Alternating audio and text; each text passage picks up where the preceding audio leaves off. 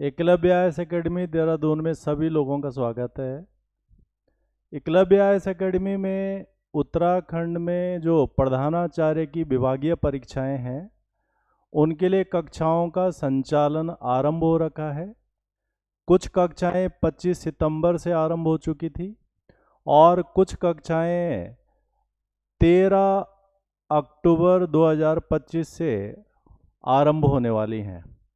इन कक्षाओं में हम दोनों पेपरों के लिए कक्षाओं का संचालन कर रहे हैं। जो फर्स्ट पेपर है जर्नल वाला हिस्सा और जो सेकंड पेपर है जिसमें एजुकेशन से जुड़ा हुआ, लीडरशिप से जुड़ा हुआ, सुपरविजन से या फिर जो है शैक्षिक आयोगों से, वो सेकंड पेपर भी इसके अंदर हो रहा है। तो संस्थान में जो कक्षाएं हैं वो ऑनलाइन मोड में चल रही हैं, साथ में वो क्लासेस फिर रिकॉर्डेड हो जाती हैं। तमाम जो कक्षाओं का संचालन होता है उसके बाद उसके पीडीएफ नोट्स आ जाते हैं और वीकली असेसमेंट के लिए, इवैल्यूएशन के लिए फिर ऑनलाइन टेस्ट भी होता है।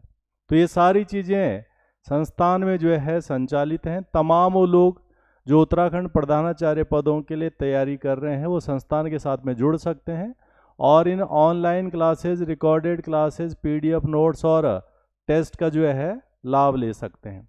इसमें जैसे हम किस तरह से जो है टॉपिक हम लोग इसमें कवर करेंगे, तो जो सेकंड पेपर है जो 360 अंक का है, काफ़ी ज़्यादा महत्व का है।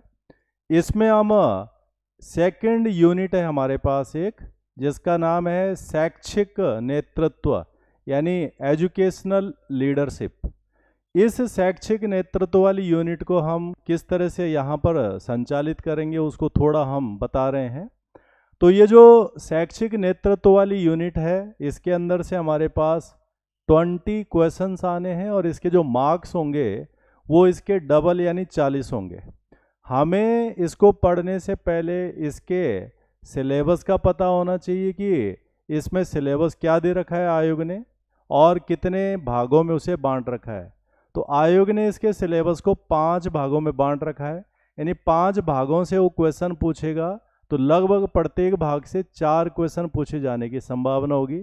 इसके जो भाग हैं कि अच्छे नेतृत्व का अर्थ और उसकी विशेषताएं क्या हैं। तो सबसे पहले तो नेतृत्व की परिभाषा से संबंधित हमारे पास प्रश्न होंगे और विश्व भर में नेतृत्व सिर्फ एक जगह पे नहीं होता है, मानव नेतृत्व है ये। तो विश्व में जहाँ पर भी इसकी परिभाषाएं हैं, जिन जिन विद्वानों ने दिए हैं, विशेष रूप से शिक्षा के क्षेत्र के लिए या नेतृत्व वाले क्षेत्र के लिए, उसकी विशेषताएं, साथ में उसका अर्थ, तो 4 क्वेश्चन लगभग इस वाले हिस्से से पूछे जाएंगे। फिर इसके बाद जो दूसरा भाग है इसका नेतृत्व के सिद्धांत, थ्योरीज ऑफ लीडरशिप। तो नेतृत्व पर कई सिद्धांत विकसित हो रखे हैं और इनको हम वैज्ञानिक सिद्धांतों के नाम से भी जानते हैं, व्यवहारवाद के सिद्धांतों के नाम से जानते हैं, महान व्यक्ति के सिद्धांत के नाम से भी जानते हैं। तो ऐसे इसमें अलग अलग सिद्धांत हैं, थ्योरीज हैं और उन थ्योरीज का, उन सिद्धांतों की विशेषताएं क्या हैं, उनके प्रावधान क्या हैं और हम यहाँ पर जो स्कूल से संबंधित विषय हैं उनको उसके साथ में कैसे रिलेट करेंगे। तीसरा पार्ट इसमें नेतृत्व के प्रकार, कितने प्रकार का जो है नेतृत्व होता है, लीडरशिप कैसे होती है। जैसे हम कहते हैं कि डेमोक्रेटिक लीडरशिप होती है, लोकतांत्रिक नेतृत्व प्रणाली, या फिर ऑटोक्रेटिक लीडरशिप होती है जिसको हम कहते हैं तानाशाही किस्म का नेतृत्व। और वो हम अपने समाज में भी देखते हैं कि कई सारे लोग अपने सारे अधीनस्थों को, अपने अनुयायियों को, अपने साथियों को, अपने सहकर्मियों को साथ में लेकर के चल करके अपने संस्थान के, अपने ऑर्गेनाइजेशन के उद्देश्यों को हासिल करने का प्रयास करते हैं। कुछ जो है दबाव की रणनीति या पद के अनुसार जो है काम कराने के लिए जो है कोशिश करते हैं, तो वो हम प्रकार उसमें पढ़ेंगे। चौथा हिस्सा इसमें नेतृत्व गुणों का विकास एवं प्रशिक्षण की आवश्यकता। ये जो लीडरशिप है, नेतृत्व है, इसको निरंतर जो है निखारा जा सकता है, सुधारा जा सकता है, सीखा जा सकता है और ये चीज़ हम देखते भी हैं। वैसे कुछ गुण होते हैं जिनको हम कहते हैं बाय बर्थ, यानी जन्मजात गुण होते हैं कुछ लोगों को पास, जो अन्य लोगों को प्रभावित कर सकते हैं, प्रेरित कर सकते हैं और उन्हें अपने लक्ष्य के अनुसार उनकी ऊर्जा का उपयोग कर सकते हैं। और कुछ नेतृत्व की चीज़ें ऐसी होती हैं जिन्हें प्रशिक्षण के द्वारा, अनुभव के द्वारा, विशेष तरीकों से, विशेष पद्धतियों से सीखा जा सकता है। और पांचवा इसमें शैक्षिक नेतृत्व का मापन, यानी मेजरमेंट कैसे करेंगे कि नेतृत्व अच्छा हो रहा है। एक प्रधानाचार्य एक स्कूल में स्कूल का नेतृत्व ठीक से कर रहा है, इसका मापन कैसे करेंगे? इसको क्या हम अधीनस्थों से पूछ के करेंगे, उनका साक्षात्कार लेके करेंगे, या फिर जो है परफॉर्मेंस बेस्ड होगा, या फिर लक्ष्यों की प्राप्ति कितनी हुई है, ऐसा। तो ये इस शैक्षिक नेतृत्व के 5 भाग हैं जहां से हमारे पास क्वेश्चंस आने हैं। अब इसमें थोड़ा हम लीडरशिप के ऊपर कई सारे विद्वानों ने अपनी जो है व्याख्याएं दे रखी हैं कि वो क्या मानते हैं लीडरशिप को। तो जैसे हम बात करें, एक थॉमस जो है गार्डन करके एक विद्वान हैं, उन्होंने जो है नेतृत्व की परिभाषा बताते हुए क्या कहा है कि नेता होने से आप नेता नहीं बन जाते। इसका मतलब अगर कोई व्यक्ति, या जैसे हम कुछ जगहों पर देखते हैं कि किसी के पास पद आ गया है, किसी के पास कोई ज़्यादा शक्ति वाली चीज़ें आ गई हैं और वो अपने आप को नेता मान ले, ये नेतृत्व नहीं है। नेतृत्व गार्डन जो यहाँ पर जो है थॉमस गार्डन के अनुसार क्या है कि नेतृत्व वो विशेषता है कि जब आपके अधीनस्थ, आपके सहयोगी, आपके अनुयायी आपको स्वीकार करें और आपके अनुसार वो कार्य करने के लिए प्रेरित हों, और नेता उनकी शक्तियों का, क्षमताओं का, विशेषताओं का पूरा उपयोग करके लक्ष्य की ओर उन्हें ले जाए, उन्हें प्रेरित करे, वो नेता है। इसका मतलब ये हुआ कि नेता विशिष्ट गुण युक्त व्यक्ति होता है और उसके अंदर अन्यों को प्रभावित करने की, अन्यों को प्रेरित करने की, अन्यों को उनके लक्ष्यों की ओर ले जाने की काबिलियत होती है। ऐसा थॉमस गार्डन जो है परिभाषित करते हैं। तो ये तो एक जो है जर्नल परिभाषा हो गई है नेतृत्व की। हम विश्व भर में देखते हैं कि ये पूरे जो पृथ्वी है समान प्राकृतिक साधनों से भरी है। सभी जगह पर पानी है, नदियां हैं, तालाब हैं, पेड़ हैं, पौधे हैं, जीव हैं, जंतु हैं, सभी जगह पर एक जैसा है। परंतु सभी जगह पर प्रगति, विकास, डेवलपमेंट एक जैसा नहीं है। ऐसा क्यों है? ऐसा शायद इसलिए है कि इन अलग अलग जगहों पर पृथ्वी के, जिन्हें हम देश के रूप में कह रहे हैं, राज्य के रूप में कह रहे हैं, क्षेत्र के रूप में कह रहे हैं, इन तमाम जगहों पर जो लीडर हुए हैं, जो मुखिया हुए हैं, या फिर जिन्होंने अपने पूरे समाज का, समूह का नेतृत्व किया है, वो उनकी काबिलियत ने अन्य तमाम लोगों की क्षमताओं का उपयोग, दोहन अलग अलग स्तर पर किया है।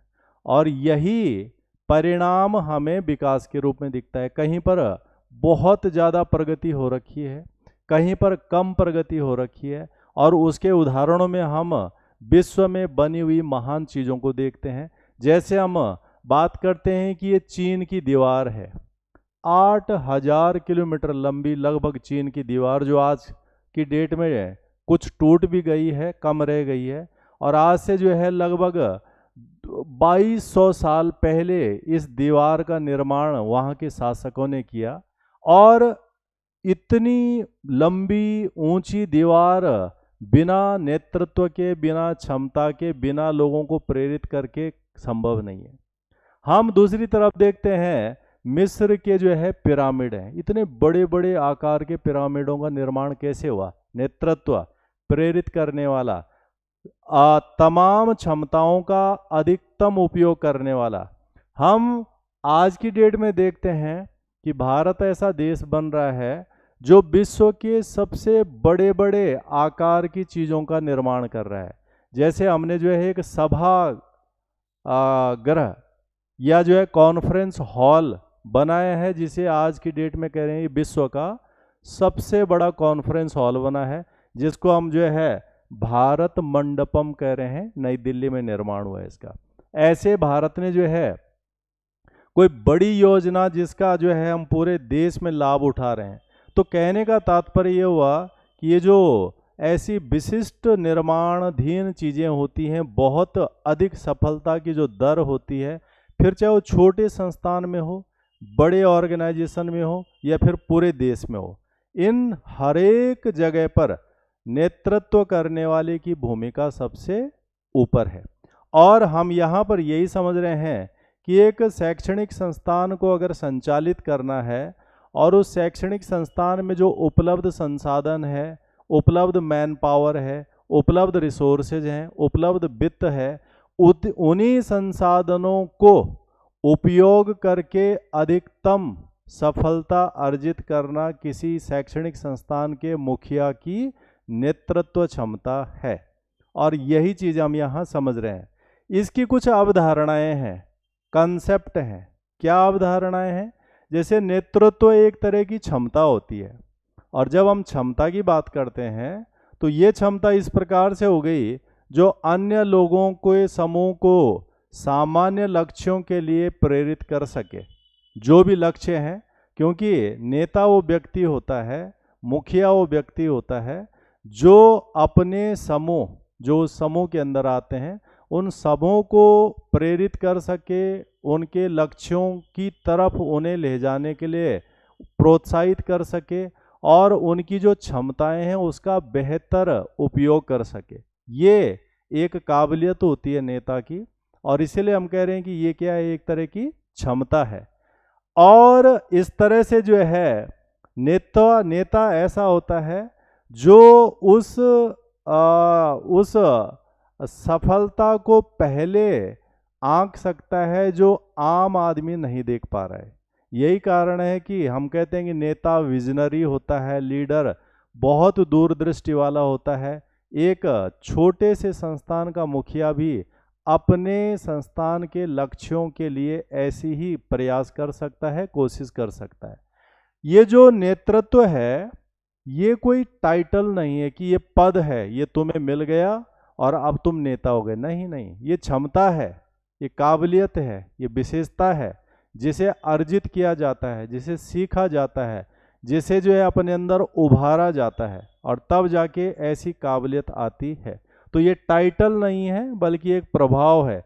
इसमें नेता मुखिया अपने अनुयायियों के साथ मिलकर काम करता है, और इस प्रकार से हम ये भी कह सकते हैं कि ये एक विशेष प्रकार का कौशल है, स्किल है, जिस कौशल के बलबूते वो काम किए जा सकते हैं जो सामान्य व्यक्ति के विचार में, सोच में और आत्मविश्वास में नहीं आ रही हैं।